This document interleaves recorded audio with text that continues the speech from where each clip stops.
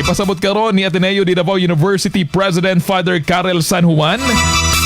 nga ang paglimita sa pagsulod sa mga abogado ni Attorney Israelito Torion or Bobby Torion sa katapusang gabi isahaya ni Rene Clerk Bobet Baterbonia gihimo aron nga mapanilipdan matud pa ang pamilya gikan sa dugang tensyon ug kabalaka.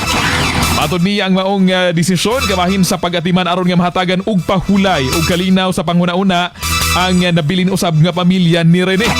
Pasalamat usab si San Juan sa dakong suporta ug pakigduyog nga gipakita sa publiko ato sa tulo ka adlaw nga lamay diha sa Ateneo de Davao University kung asa giingon niya nga ang komunidad sa Ateneo miduyog sa pamilya Baterbonia sa ilang kasubo ug pagpasidungog sa damgo ug kinabuhi sa batan-ong atleta. Gidugang pa niya nga magpadayon ng suporta sa universidad sa pamilyang Baterbonia bisan pa sa pagpauli ni Bobet o kagahapon sa Talakugon, Agusan del Sur. Samtang gipadayag usab niya ang pag-abli sa pultahan sa Ateneo alang sa mga igsoon ni Bobet nga mahimong kabahin sa komunidad sa umaabot.